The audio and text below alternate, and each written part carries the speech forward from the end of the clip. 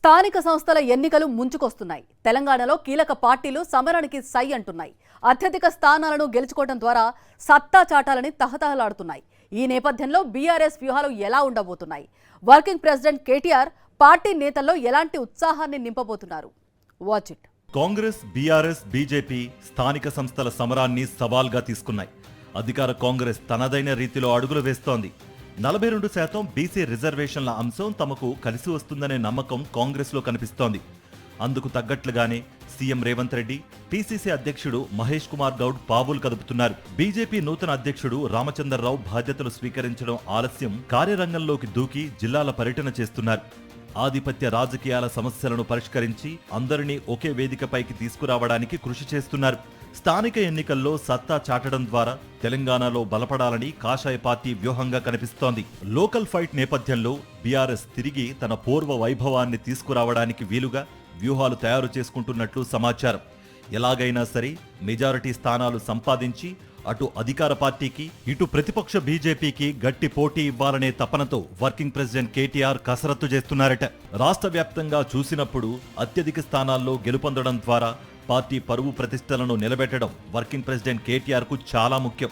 అయితే అదే సమయంలో రాజన్న సిరిసిల్ల జిల్లాలోను, ఆ జిల్లాలోని తన నియోజకవర్గం సిరిసిల్లలోనూ అత్యధిక స్థానాలను గెలిపించుకోవడం కూడా కేటీఆర్ కు అంతే ముఖ్యం. ఇంటా బయట సత్తా చాటడానికి, ఎలాంటి విమర్శలు లేకుండా చూసుకోవడానికి అది ఆయనకు చాలా ముఖ్యం. మాజీ ముఖ్యమంత్రి కేసీఆర్ తర్వాత ఆయన వారసునిగా కేటీఆర్కే పార్టీ పగ్గాలు అప్పజెప్తారనే టాక్ ఎప్పట్నుంచో ఉంది.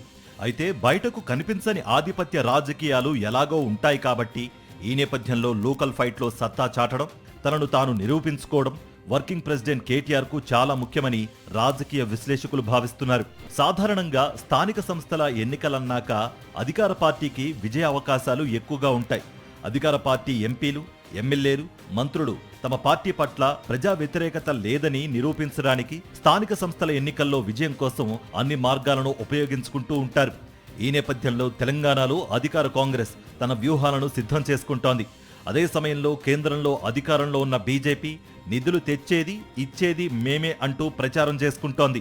వీలైనన్ని ఎక్కువ స్థానాల్లో గెలిచి బలపట్టానికి చూస్తోంది. మొత్తం మీద చూసినప్పుడు రెండు జాతీయ పార్టీల హడావిడిని, వ్యూహాలను తట్టుకుంటూ ప్రాంతీయ పార్టీ బీఆర్ఎస్ తన సత్తా చాటాల్సి ఉంటుంది. ఆ విషయంపై సంపూర్ణమైన అవగాహన ఉన్న ఆ పార్టీ వర్కింగ్ ప్రెసిడెంట్ కేటీఆర్ స్థానిక సంస్థల ఎన్నికల సవాళ్లపై గట్టిగానే కసరత్తు చేస్తున్నట్టు సమాచారం. రాష్ట్రంలోనే కాదు, తన నియోజకవర్గంలో కూడా అత్యధిక స్థానాలు గెలుచుకోవడం తప్పనిసరి కాబట్టి ఆ మేరకు గెలుపు కోసం అన్ని మార్గాలను ఉపయోగించుకోవడానికి ఆయన సిద్ధమయ్యారట. ఈ క్రమంలోనే ఆయన సొంత నియోజకవర్గం సిరిసిల్లకు సంబంధించి మండలాల వారీగా ఫోకస్ పెట్టి రివ్యూలు చేస్తున్నారని సమాచారం.